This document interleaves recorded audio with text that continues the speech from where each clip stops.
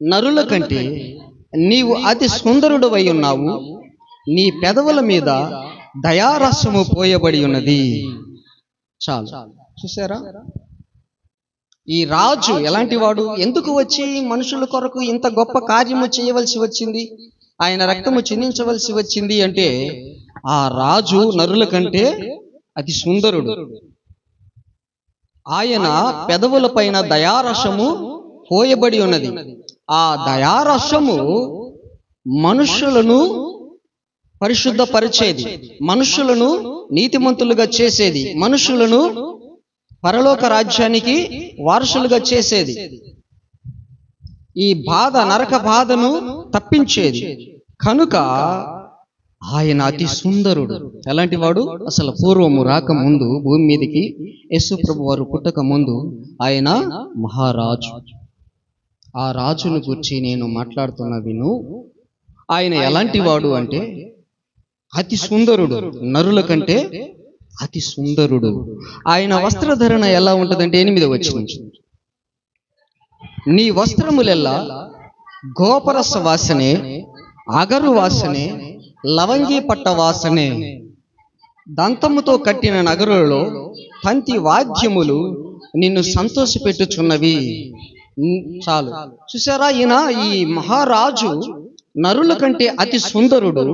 ఆయన పెదవుల పైన దయారసము పోయబడి ఉన్నది. ఆయన వస్త్రాలు లవంగి పట్ట వాసన, అగరు వాసన. దంతముతో కట్టిన నగరుల్లో నివసించేవాడు. తంతి వాయిద్యములు నిత్యము ఆయనను మహిమపరుస్తూ సంతోషపరచుచు ఆయనను ఆరాధిస్తూ ఉన్న దేవదూతలతో కూడా మహిమ పొందుచున్న మహారాజు. ఇలాంటి రాజు మహామహిమ యుగ యుగముల నుండి పొందుచున్నవాడు. అది దేవుని స్థలం, దేవుడు ఉండే స్థలము, దేవుడు పొందుచున్న మహిమ. అంత మహిమ కలిగి సంతోషించుచు ఆనందముతో ఆయన ఆరాధింపబడుచు ఉండేవాడు. ఇలాంటి వాడు ఏం చేశాడు? ఇలాంటి వాడు 11వ వచనం, ఈ రాజు నీ ప్రభువు, అతడు నీ సౌందర్యమును కోరినవాడు. దేవుని స్తోత్రం, హల్లెలూయా. ఈ రాజు మన ప్రభు అయినాడు. ఈ రాజు సర్వ సృష్టిలో ఉన్న మానవులకు ప్రభు, సమస్త సృష్టికి ప్రభు, ఆయన సమస్త అధికారి. కనుక ఈ రాజు ఇలా మహిమ పొందుచున్న రాజు అలా గుమగుమలాడుచు ఉన్న ధూపము వేసి ఆయన్ను మహిమపరిచేవారు. గుమగుమలాడేటువంటి మంచి సువాసనలో ఆ సువాసనను ఆఘ్రానించుచు ఆనందభరితునిగా ఉండేవాడు. ఇలాంటి రాజు ఈ మానవులందరి నిమిత్తము ఆయన ఒక ఆలోచన చేశాడు. ఆయన దయగలిగినటువంటి ఆలోచన ఏంటి? వీళ్ళందరూ సౌందర్యవంతులుగా కావాలి. దేవుడు ఎంత నరుల కంటే ఎంత సౌందర్యవంతుడై ఉన్నాడు. నా ఎంత సౌందర్యవంతులుగా ఉండాలి ఈ సర్వ మానవులందరూ అని, నా పోలికగా నా మహిమ పొందుకొని ఉండాలి, నాలాంటి సౌందర్యము వారికి కలగాలి అని చెప్పేసి నరుల కంటే అతి సుందరుడు, సౌందర్యవంతుడైన దేవదేవుడు, ఆయన మహారాజు, ఆ రాజు, ఆ ప్రభువు మన సౌందర్యమును కోరాడు. నీ సౌందర్యము అంటే, నీ అంటే మన, అంటే ఈ లోకపు ప్రజల సౌందర్యము. ఈ లోకము ఒక పట్టణము కావచ్చు, లేదా టోటల్ గా లోకము కూడా కావచ్చు. ఇదంతా కూడా ఒక సంఘముగా ఏర్పాటు అవ్వబోతుంది. ప్రభు రక్తములో కడగబడిన వారందరూ కూడా ఒక సంఘముగా చేర్చబడుతున్నారు. ఆ సంఘమే ఒక రాజ్యము, దేవుని రాజ్యముగా చేయబడుతున్నారు. ఆ రాజ్యమే ఒక కన్యకగా మార్చబడుతుంది. ఆ కన్యకయే పెళ్లి కుమార్తెగా, వధువుగా మారిపోబోతుంది. ఇవన్నీ కాలక్రమముగా జరుగుతూ వస్తాయి. ఇప్పుడు సంఘముగా ఏర్పడింది కొంతవరకు. ఇక వధువు సంఘముగా కన్యకగా అలంకరించబడాలి. తర్వాత పెళ్లి కుమార్తెగా అలంకరించబడాలి. ఈ మహారాజు పెళ్లి కుమారునిగా తయారు కావాలి, సిద్ధపడాలి. ఆ మహారాజు పెళ్లి కుమారుడై తిరిగి వచ్చినప్పుడు ఈ కన్యక మహారాకుమార్తెగా, రాణిగా ఈమె అలంకరించబడి రాజుకు తగినట్టుగా ఈమె సిద్ధపడి ఒక వధువు పెళ్లి కుమార్తెగా తయారై అంతఃపురములోనికి చేర్చబడవలసి ఉన్నది. దేవుని స్తోత్రం, హల్లెలూయా. అంతఃపురములో ఉండు రాణి కేవలము మహిమగలది. అలా చేర్చబడుతుంది ఈ సంఘం. కాబట్టి వ్యర్థ ప్రవర్తన విడిచిపెట్టాలి. పితృపారంపర్యాచారాలు చేసినందువలన మనకి ఇలాంటి అమూల్యమైనటువంటి శ్రేష్టమైనటువంటి బ్రతుకు దొరకదు, జీవితము దొరకదు. ప్రభువుకు వధువు సంఘముగా మనము సిద్ధపడలేము. కాబట్టి ఈయన మన సౌందర్యాన్ని కోరుతున్నాడు. ఆయన సౌందర్యవంతుడు గనుక మనము కూడా సౌందర్యవంతులం అయితేనే, సౌందర్యమైనటువంటి సంఘము వధువు కన్యకగా తయారైతేనే మనము ఆయనకు జోడి కుదురుతుంది, లేకపోతే కుదరదు, విసర్జిస్తాడు. మనము అర్హులము కాకపోతాము, ఆయనకు సరి అయిన వధువు కాకపోతాం. కాబట్టి ఈ రాజు నీ ప్రభువు, ఈయన నీ సౌందర్యమును కోరినవాడు కనుక ఈ సౌందర్యమును కోరిన ఈ రాజు ఎవరు? ఈ రాజు ఎవరు? కీర్తనల గ్రంథము 24వ అధ్యాయములో 8వ వచనములో ఇలా వ్రాయబడి ఉంది, మహిమగల ఈ రాజు ఎవడు? బల శౌర్యములు గల యెహోవా, యుద్ధ శూరుడైన యెహోవా. ఎవరు ఈ రాజు? ఎవరు ఈ రాజు? సైన్యములకు అధిపతి అయిన యెహోవా, యుద్ధ శూరుడైన యెహోవా. మన సౌందర్యమును కోరిన రాజు ఎవరు? మహిమగల రాజు. ఈ మహిమగల రాజు ఎవరు? సైన్యములకు అధిపతి అయిన యెహోవా, యుద్ధ శూరుడైన యెహోవా. అలాగే 10వ వచనం, మహిమగల ఈ రాజు ఎవడు? సైన్యములకు అధిపతియగు యెహోవాయే, ఆయనే ఈ మహిమగల రాజు. ఆయనే ఈ మహిమగల రాజు. మన సౌందర్యమును కోరిన ఆ రాజు ఎవరు? ఆడ పేరుందా? కీర్తనలు 45వ అధ్యాయంలో పేరుందా? నేను రాజును గురించి రచించిన దానిని పలికెదను వినండి. అతడు నరుల కంటే అతి సుందరుడు, అతని పెదవుల పైన దయారసము పోయబడి ఉన్నది. ఆయన ధరించుకుని వస్త్రములు అగరు వాసన, లవంగి పట్ట వాసన, తంతి దంతముతో కట్టిన నగరములలో ఆయన నివసించేవాడు. తంతి వాయిద్యములు ఆయనను సంతోషపరుచుతూ ఉంటున్నవి. అలాంటి మహిమ కలిగిన రాజు, ఈ రాజు ఏం చేశాడు?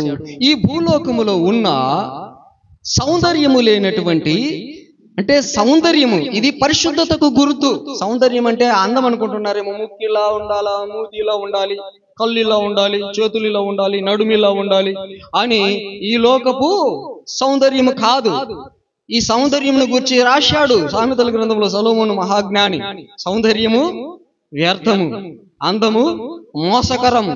ఈ లోకపు ఈ సౌందర్యము వ్యర్థము, ఈ అందము మోసకరమైపోతుంది.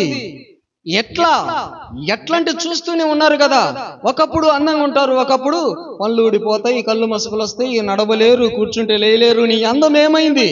అబ్బా బో చక్కదనంగా ఉన్నావులే అమ్మా అని ఎగతాళి చేసేటువంటి పరిస్థితికి మారిపోతుంది అన్నమాట. ఈ సౌందర్యం కాదు, ఆయన సౌందర్యము యుగయుగాలు ఏకరీతిగా ఉండేది. అలాంటి సౌందర్యం ఈ మానవులకి కావాలి. అది ఆయన కోరుకున్నది. కొన్ని రోజులు సౌందర్యంగా చక్కదనంగా ఉండి తర్వాత అందవికారముగా అయిపోయే సౌందర్యము ఇవ్వటానికి కాదు ఆయన కోరుకున్నది. శాశ్వతమైనటువంటి సౌందర్యము. ఆయన యుగయుగాలు ఎలా సౌందర్యవంతుడై ఉంటాడో, ఈయన నరుల కంటే నీవు అతి సుందరుడివి. అంటే నరుడు కాడు ఈయన నరుడు కాడు, దేవుడు. మహారాజు యుగయుగములలో జీవించేవాడు, జీవింప చేసేవాడు కనుక ఆయన లాంటి సౌందర్యము మనకు ఇవ్వటానికి ఆయన ఇష్టపడి కోరి ఇవన్నీ తెలియచేసి ఈ విధముగా మనకు చాలా ధనమైనటువంటి సౌందర్యము, యుగయుగాలు శాశ్వత కాలము ఉండేటువంటి సౌందర్యము ఇవ్వటానికి ఆయన కోరుకు కనుక అలాంటి మహిమలో ఉండేవాడు.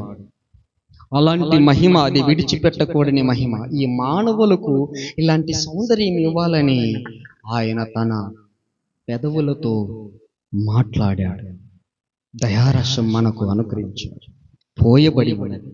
లేకపోతే మనకు ఏంటి, ఆ దేవునికి ఏంటి అసలు సంబంధం ఏంటి? దేవుడు మహామహిమలో ఉండేవాడు. మనము భూమిపైన అనేక దౌర్భాగ్య స్థితి కలిగిన వారు. ఇట్లా ఉండే ఈ మహారాజు ఏంటి మనల్ని ప్రేమించటం.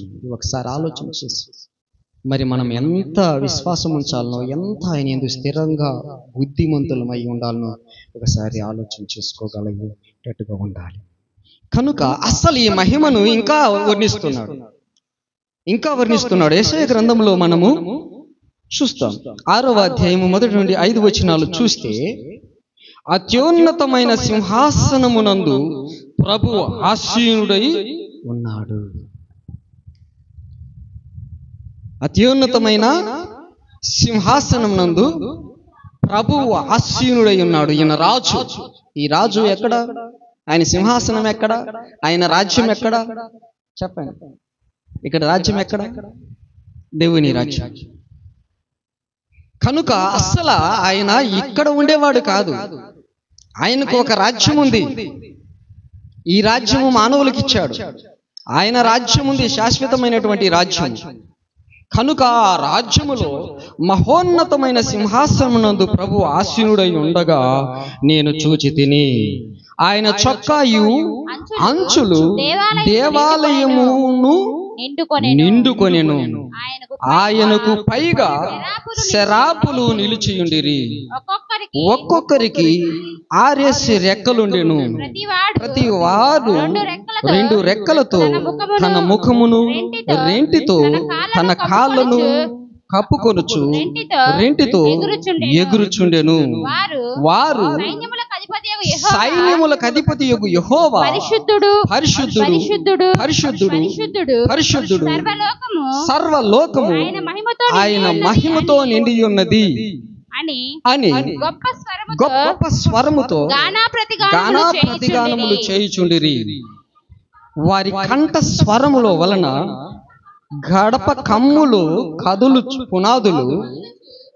కమ్ముల పునాదులు కదలుచు మందిరము ధూమము చేత నిండగా నేను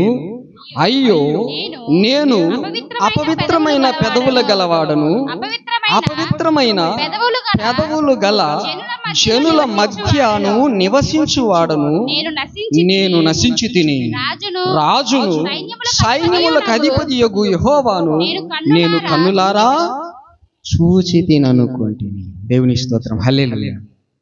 చూసారా? ఈ భూలోకములో ఉన్న ఒక ప్రవక్తగా ఆ మహిమను చూశాడు.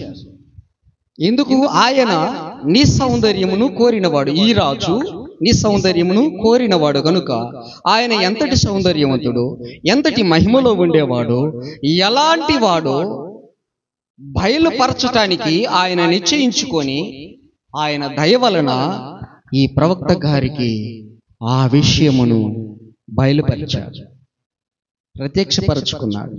ఎలా ఉన్నాడు? మహోన్నతమైన సింహాసనం పైన ఆసీనుడై ఉన్నాడు. ఆయనకు పైగా చరాపులు ఉన్నవి. అవి 6 రెక్కలు కలిగి ఉన్నవి.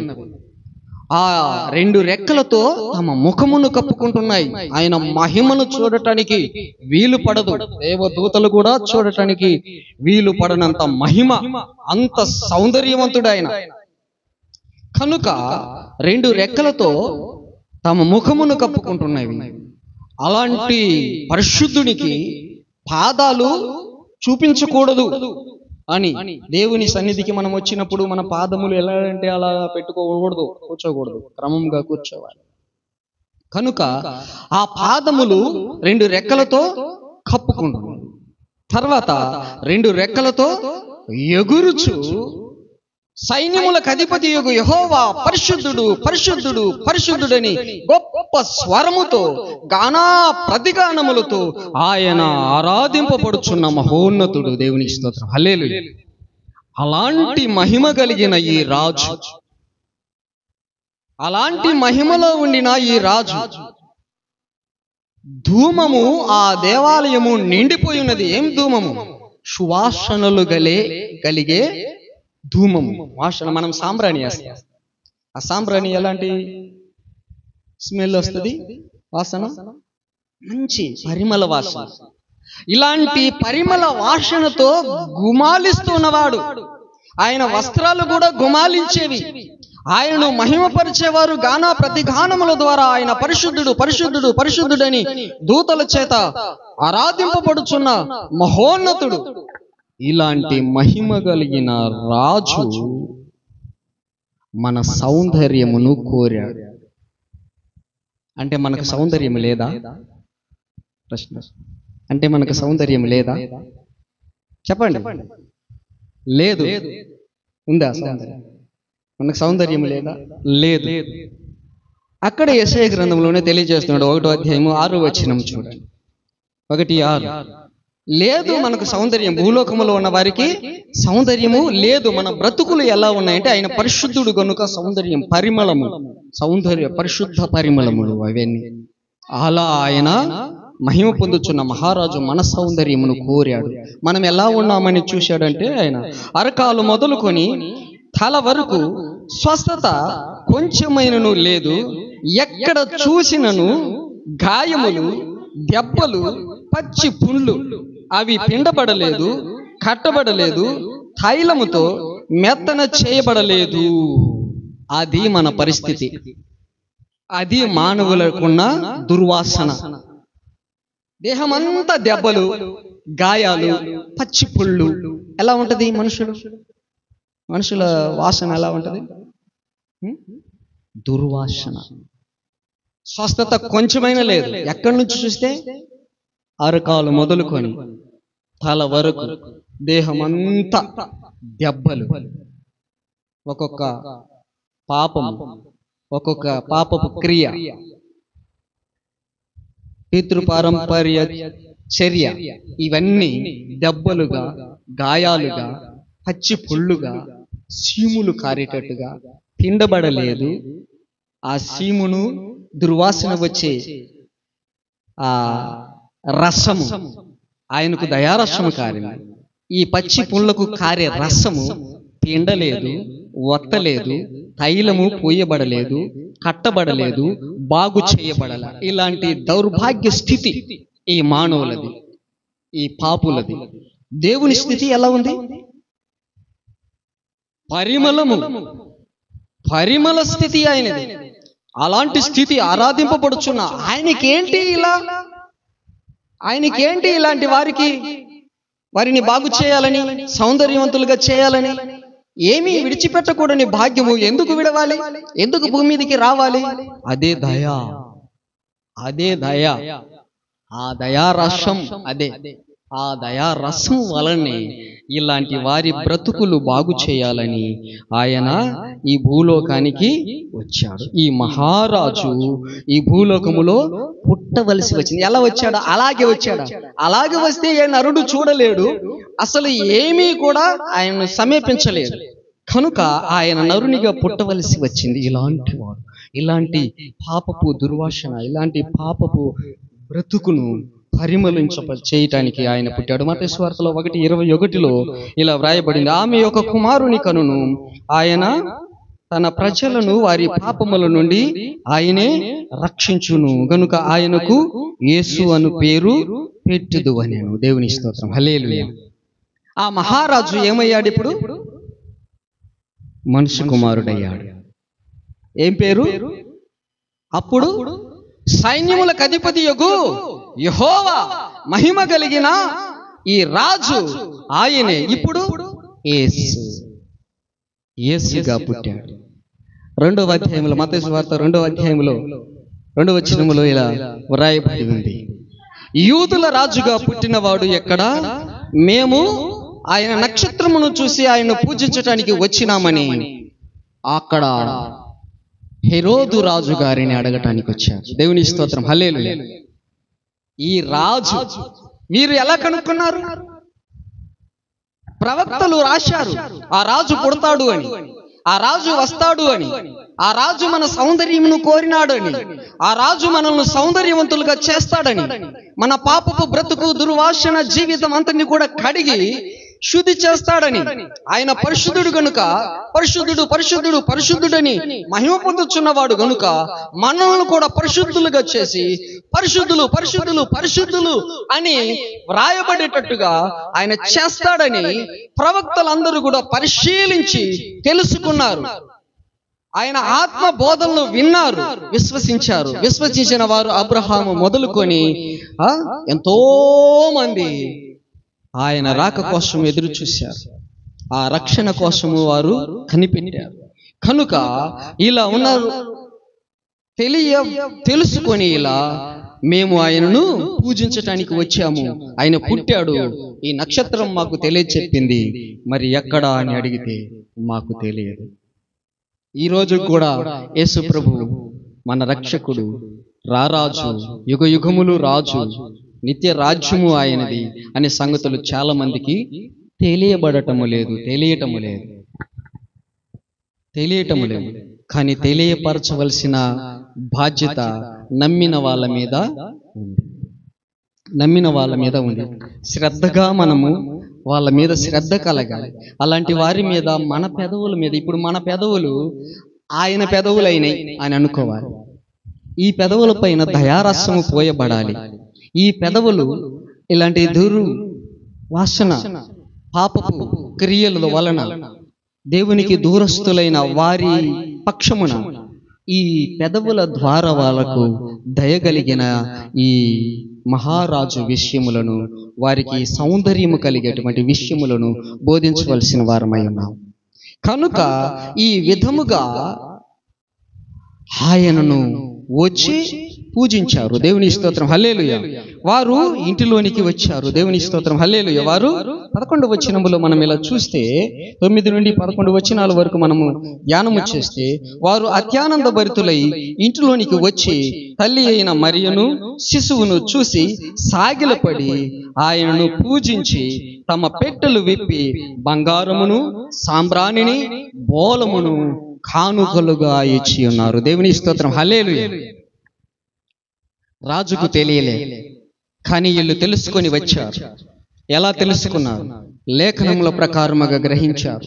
నక్షత్రమును చూసి గుర్తుపట్టారు.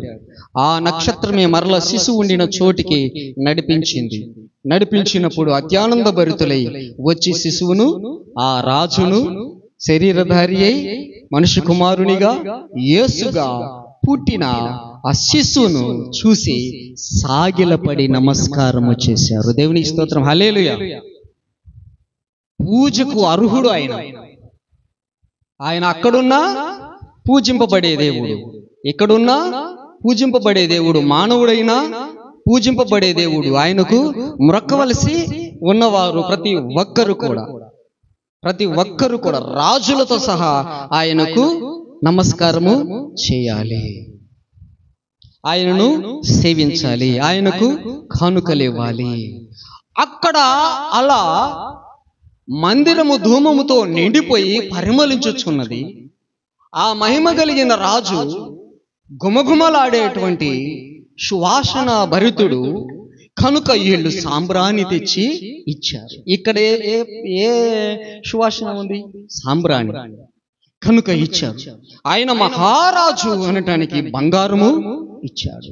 ఆయన సర్వ మానవులను పరిశుద్ధులుగా చేసి ఆయన సమర్పణైపోతాడు మానవుల కోసము అని బోలమును సమర్పించారు. ఇలా సమర్పించి ఆ మహామహనీయుణ్ణి చిన్నప్పుడే, శిశువుగా ఉండినప్పుడే ఆయనను పూజించారు భూమిలో ఉన్న జ్ఞానులు. తర్వాత పెద్దవాడైనాడు. తర్వాత పెద్దవాడైనాడు. యోహాను సువార్త 1:49 నుండి చూడండి. పెద్దవాడై ఆయన ఎందు నిమిత్తము వచ్చాడో, ఏమేమి చేస్తూ ఉన్నాడో, ఈ సంగతులన్నీ దేవుని విషయమై దేవుడు మానవులకు చూపిన ప్రేమ, దయ అని తెలియచేస్తూ ఈ సంగతులన్నీ బోధిస్తూ వచ్చినప్పుడు అక్కడ ఒక ఆయన నతనయేలని ఆయన ఉన్నాడు. ఆయన దగ్గరికి వచ్చినప్పుడు ఆయనతో ఒక మాట అన్నాడు. ఏం మాట అన్నాడు? ఇతడు కూడా నీతిమంతుడు అని చెప్పాడు. అతని గురించి నీతిమంతుడు అని చెప్పాడు. చెప్పినప్పుడు నా విషయము నీకెట తెలుసు అన్నాడు. ఏమన్నాడు? నా విషయము నీకెలా తెలుసు అన్నాడు. నీవు ఈయన పిలువక ముందే ఆ అంజూరపు చెట్టు క్రింద కూర్చున్నప్పుడే నేను చూశానన్నాడు. దేవుని స్తోత్రం, హల్లెలూయా. ఎక్కడ చూశానన్నాడు? అంజూరపు చెట్టు క్రింద నువ్వు కూర్చున్నప్పుడే నేను చూశాను. ఎక్కడి నుంచి చూశాడు? ఎక్కడో ఉన్నాడు. కనపడితే కాదు, వేరే ప్రాంతంలో ఉన్నాడు. ఎలా చూడగలిగాడు చెప్పండి. మనం చూడగలమా? ఇప్పుడు మనం ఇక్కడున్నాం. నీ ఇంటి దగ్గర ఎవరు కూర్చున్న సంగతి చూడగలవా? ఈయన ఎలా చూశాడు? ఈయన దేవుడు. సర్వలోకములో, సర్వ ప్రాంతాల్లో ఎక్కడెక్కడ ఎవరెవరు ఉన్నది, ఏమేమి చేస్తున్నది, ప్రతి ఒక్కరిని బాగుగా చూడగలిగిన వాడు. దేవుని స్తోత్రం, హల్లెలూయా. ఆ మాటతోనే ఈయనకు అర్థమైపోయింది. ఈయన కూడా చాలా పరిశోధన చేసేవాడు. దేవుని రాజ్యము కోసము, దేవుని పరిశుద్ధత కోసము, దేవుడిచ్చే సౌందర్యమును, ఆ రాజ్యమును పొందుకోవటానికి ఎదురు చూసేవాళ్ళు. వీళ్ళంతా ప్రవక్తలు, కనిపెట్టేవాళ్ళు. అలాంటి వారందరూ ఒక్క మాటతోనే ఆయన్ను గ్రహించగలరు. ఆ అంజూరపు చెట్టు కింద ఉన్నప్పుడే నిన్ను చూశాను అనే వరకు వెంటనే ఇప్పుడేమంటున్నాడు నతనయేలు? బోధకుడా, నీవు దేవుని కుమారుడవు. దేవుని స్తోత్రం, హల్లెలూయా. ఎట్లా గ్రహించాడు చూసారా? ఒక్క మాటలో కనుక్కోవాలి. ఆ మాట దేవునిదైన మాట. ఆ మాట మనము నమ్మాలి. నమ్మకపోతే ఏంటో ఇలా బోధించుకుంటున్నారు అనుకుంటే ప్రయోజనం ఏమీ ఉండదు. ఆ మాట అనగానే, నిన్ను ఆ చెట్టు క్రిందనే ఉన్నప్పుడు చూసినానని అనగానే, బోధకుడా నీవు దేవుని కుమారుడవు, ఇశ్రాయేలు రాజువు అన్నాడు. దేవుని స్తోత్రం, హల్లెలూయా. ఎవరు ఈయన? రాజు ఈయన.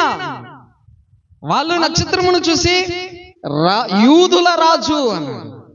ఈయన ఇశ్రాయేలీల రాజు.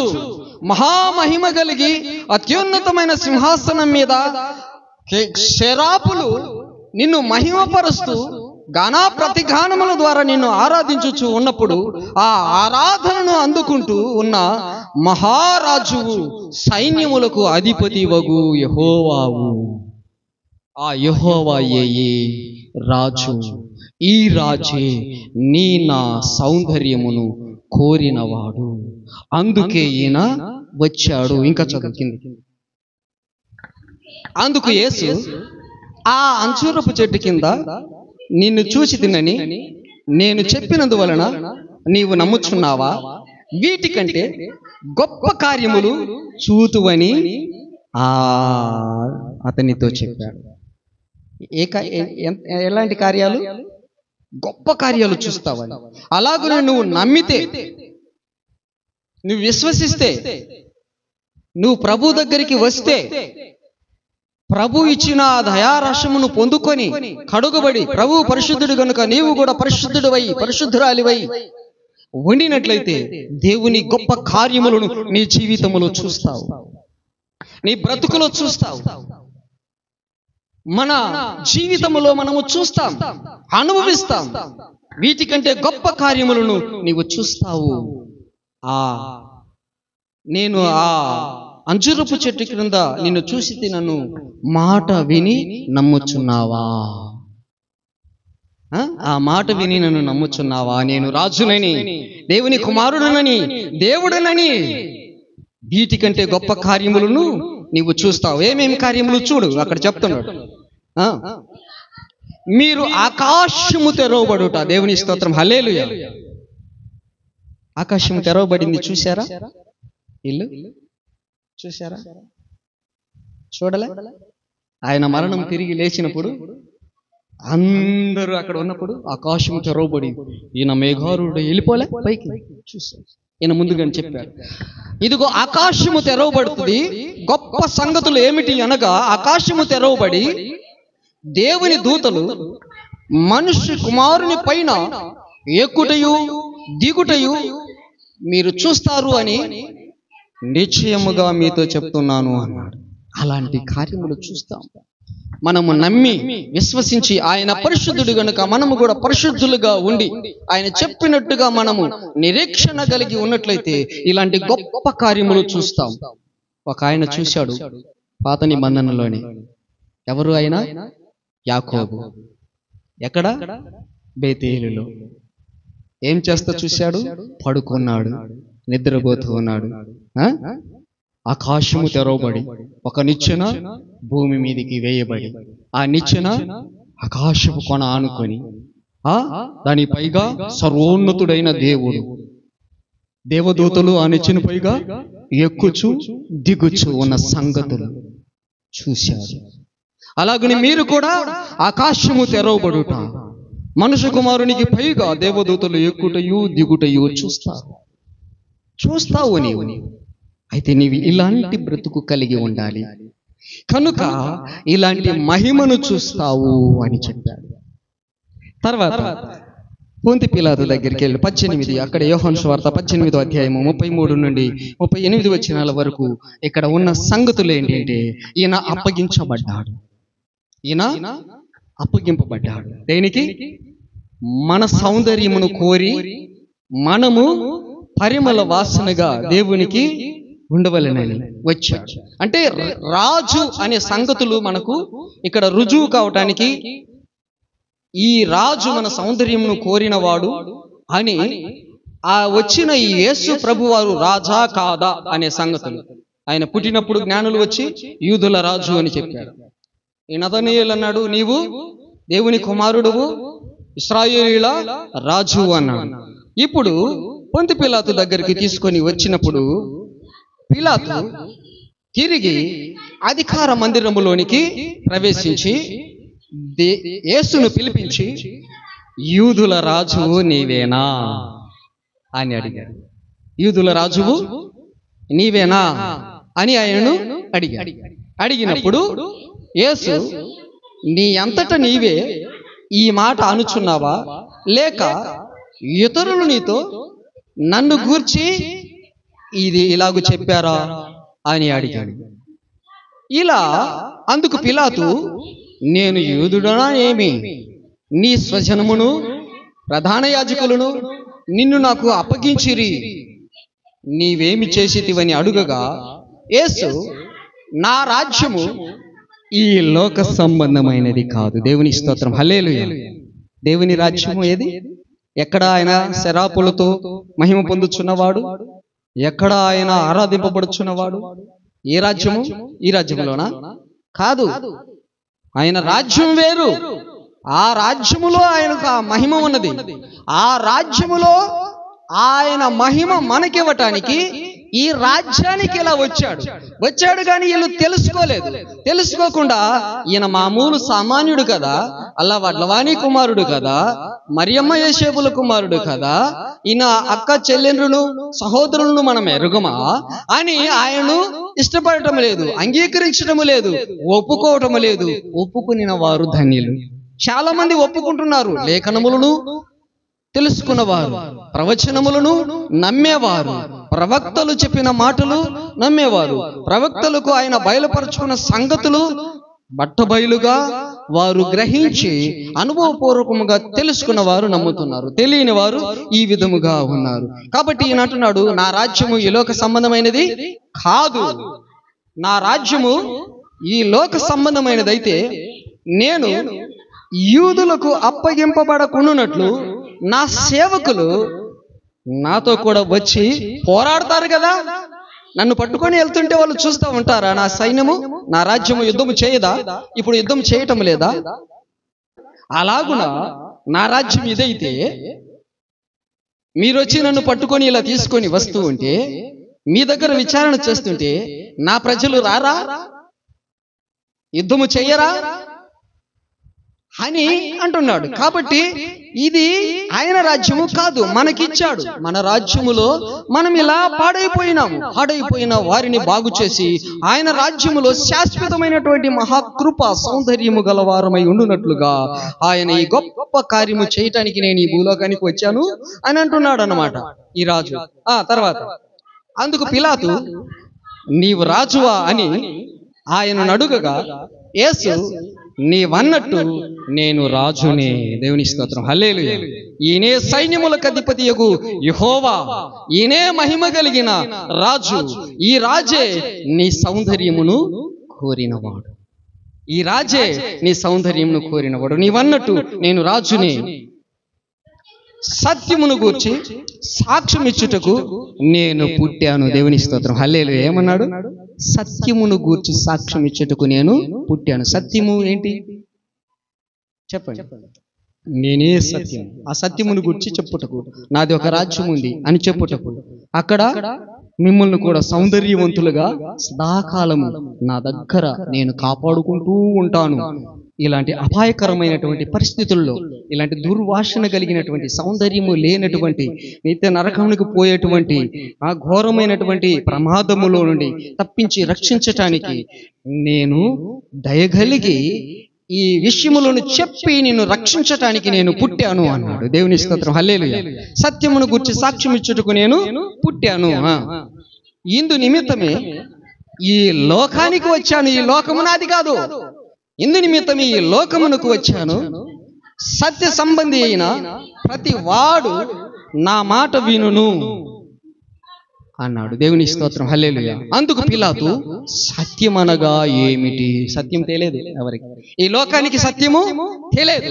ఈ లోకానికి యేసు తెలియదు. ఈ లోకానికి మహిమ కలిగిన రాజు తెలియదు. ఈ లోకానికి సైన్యములకు అధిపతి యొగు యెహోవా తెలియదు. కానీ ఆయన ఈ లోకములో సామాన్య మానవునిగా పుట్టాడు. ఈ విషయం కూడా తెలియదు.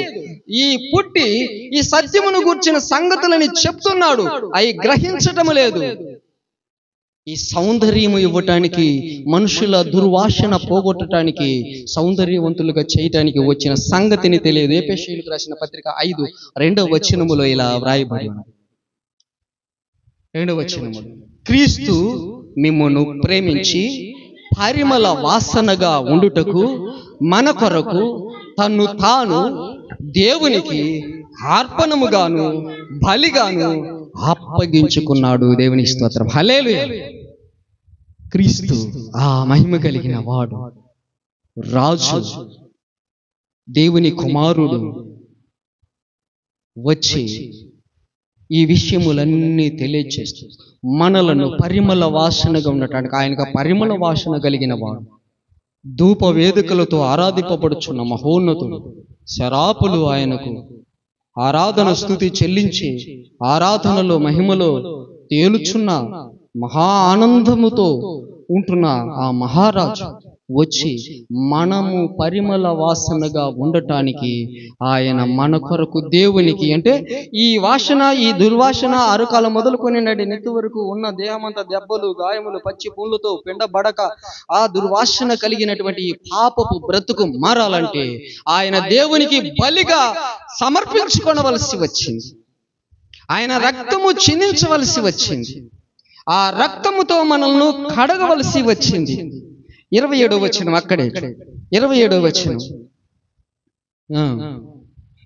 అటువలే క్రీస్తు కూడా సంఘమును ప్రేమించి, ఎఫెసీ 5:27, సంఘమును ప్రేమించి